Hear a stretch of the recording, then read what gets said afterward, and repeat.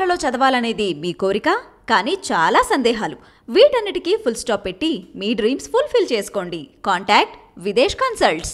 నా పరిస్థితే అంతంత మాత్రంగా ఉందని, నా పరిస్థితే ప్రశ్నార్థకంగా ఉందని, ఇక నేను మీకేం చేయగలనంటూ తెలుగుదేశం పార్టీ ఆంధ్రప్రదేశ్ అధ్యక్షుడు అచ్చెన్నాయుడు ఆదిరెడ్డి వాసుతో అన్నట్టు, ఆదిరెడ్డి వాసు తండ్రి ఆదిరెడ్డి అప్పారావుతో అన్నట్టు, ఆదిరెడ్డి కుటుంబ సభ్యులతో అన్నట్టు ఒక వార్తా కథనం నడుస్తుంది. సోషల్ మీడియాలో విస్తృతంగా నడుస్తుంది. దీనికి కారణం ఏంటంటే ప్రధానంగా ఒకటి రాజమండ్రి రూరల్, అలాగే రాజమండ్రి సిటీ. రాజమండ్రి రూరల్ నుంచి ప్రాతినిధ్యం వహిస్తున్న తెలుగుదేశం పార్టీకి సంబంధించిన అత్యంత సీనియర్ నాయకుడు గోరంట్ల బుచ్చయ్య చౌదరి సీటు వ్యవహారం, అంటే ఆయన అభ్యర్థిత్వ వ్యవహారం అనుమానాస్పదంగా ఉంది. అంటే ఆ సీటును, రాజమండ్రి రూరల్ సీటును జనసేన పార్టీ బలంగా కోరుతోంది.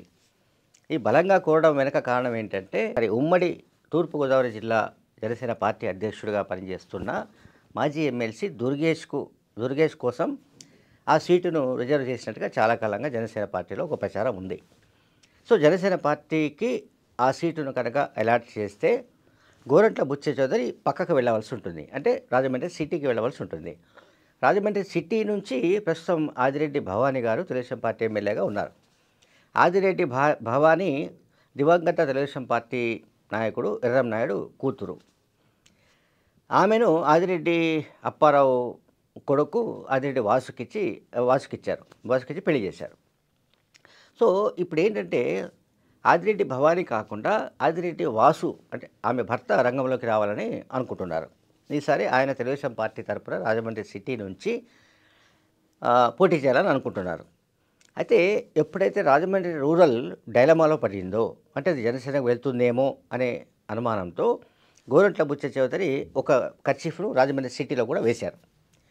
సో సీనియర్ మోస్ట్ రాజకీయ నాయకుడైన గోరంట్ల బుచ్చయ్య చౌదరికి రాజమండ్రి సీటు ఇవ్వవలసి వస్తే, సిటీ సెగ్మెంట్ ఇవ్వవలసి వస్తే ఖచ్చితంగా ఆదిరెడ్డి కుటుంబం, అంటే ఆదిరెడ్డి వాసు, ఆదిరెడ్డి అప్పారావు కుటుంబం త్యాగం చేయక తప్పదు.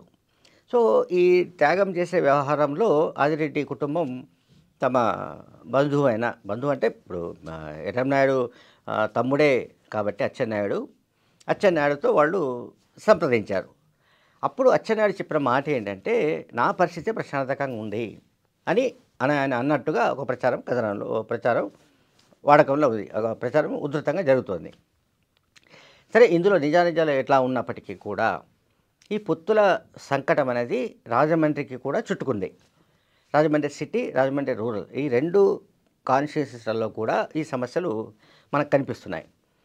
తర్వాత రాజమండ్రి రూరల్ నుంచి పోటీ చేయాలనుకుంటున్నా, అలాగే జనసేన పార్టీ నుంచి పోటీ చేస్తానంటూ ఇదివరకే ప్రచారం కూడా పెద్ద ఎత్తున చేసుకున్న కందుల దుర్గేష్ కొద్ది రోజులుగా ఆయన గోరంట్ల బుచ్చయ్య చౌదరితో ఏదో అవగాహన చేసుకున్నారనో, లేకుంటే రహస్యంగా మాట్లాడుకున్నారనో, అందువల్ల తాను పోటీ నుంచి తప్పుకుంటున్నట్టుగా దుర్గేష్ చెప్పినట్లుగా ఒక ప్రచారం సాగుతోంది.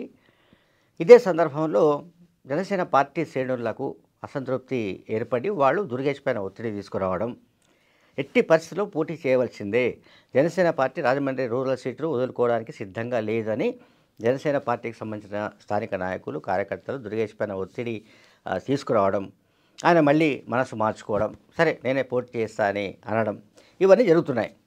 అంటే ఒక సందర్భంలో తాను పోటీ, అంటే వ్యక్తిగత కారణాలు కావచ్చు, లేకుంటే ఆర్థికపరమైన విషయాలు కావచ్చు, ఏదైనా కావచ్చు, దుర్గేష్ ఆల్మోస్ట్ బరి నుంచి తప్పుకుంటున్నట్టుగా ఒక ప్రచారం నడిచింది.